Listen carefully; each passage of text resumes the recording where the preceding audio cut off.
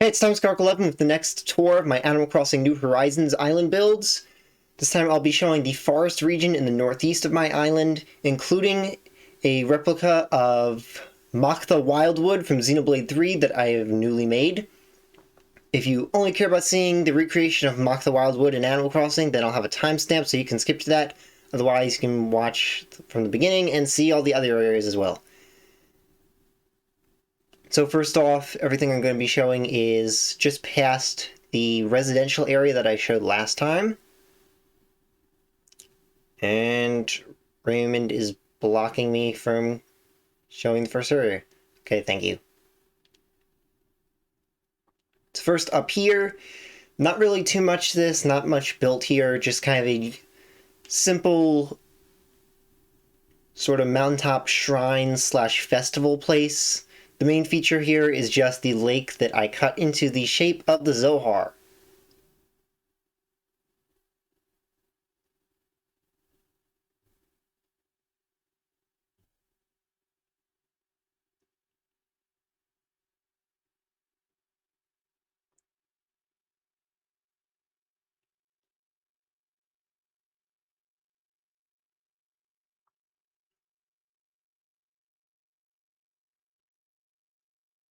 And this is one of the oldest areas on my island. I haven't really changed much about it because I just really like this area. This simple bamboo path through the forest, leading from the more city area into the more forested area.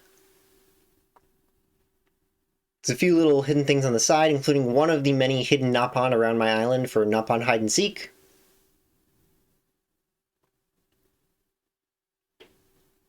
And here we get to Maktha Wildwood.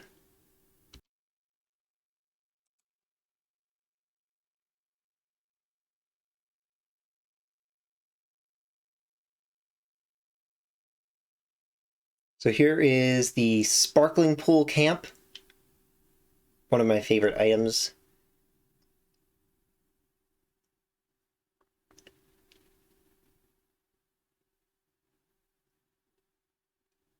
And this isn't any specific area of Maktha. This is more just a general aesthetic of Maktha Wildwood because I didn't really have the space to build more than this.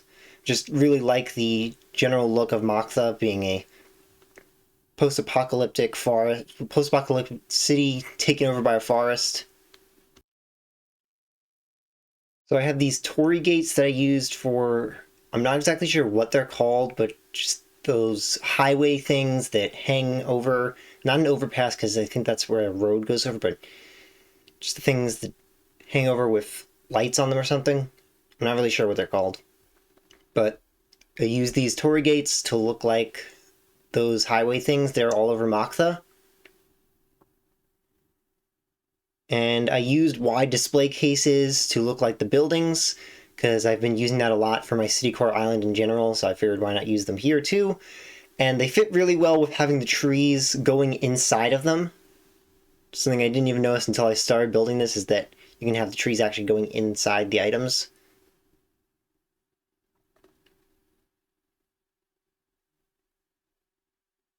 This area might look a bit more accurate in spring and summer when everything's completely green. And here I used a flower display case to make it look like one of the skyscrapers has vegetation coming out of it.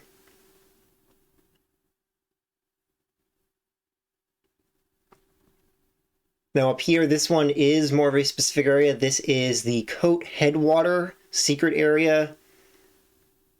Probably looks a little bit better at night because of the glowing parts. Couldn't figure out too much of what to do to make those big glowing tree branches that the area has in Xenoblade 3. So I just used some mush lamps to compensate for that. If there's something else I could use, maybe let me know in the comments. But for now, I'm just using mush lamps because that's all I can think of. I also need a better bluegrass pattern to put down here. Something that looks a bit more like the bluegrass of this area. And then down there, not specifically built to be Coat Falls, but just kind of a general big waterfall to represent Coat Falls.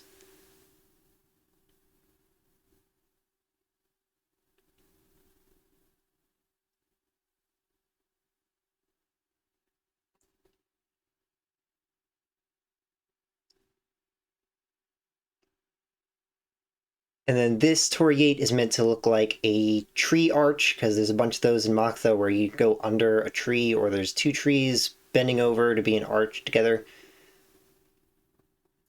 Also, while I'm here, I'll just quickly show Eryth Sea again, because Eryth Sea looks a lot more accurate now in the fall because of the autumn weeds looking very, very close to the grass in Eryth Sea.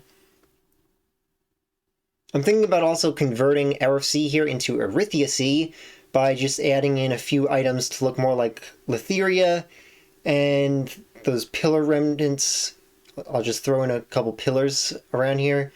I think that's all I would really need to turn Eryth into Erythia.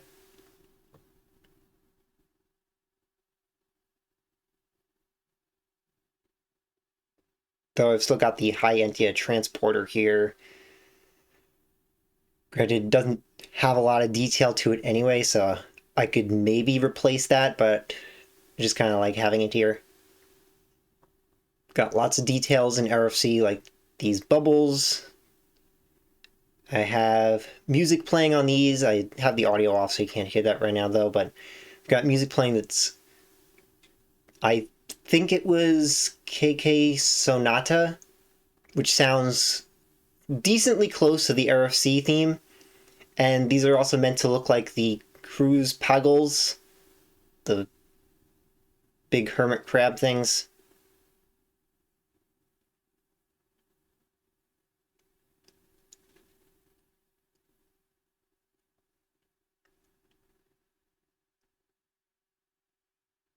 You can also get an interesting view of Maktha from here.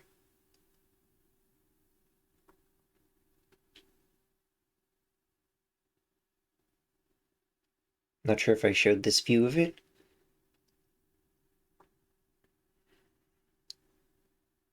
So that's it for this episode of Animal Crossing Island Tour.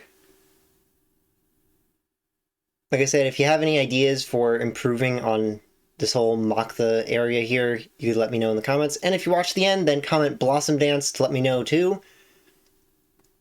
Though I guess if you're already leaving comments on ideas to improve stuff, then you wouldn't need to comment Blossom Dance because you already watched the end. But anyway, see you next time.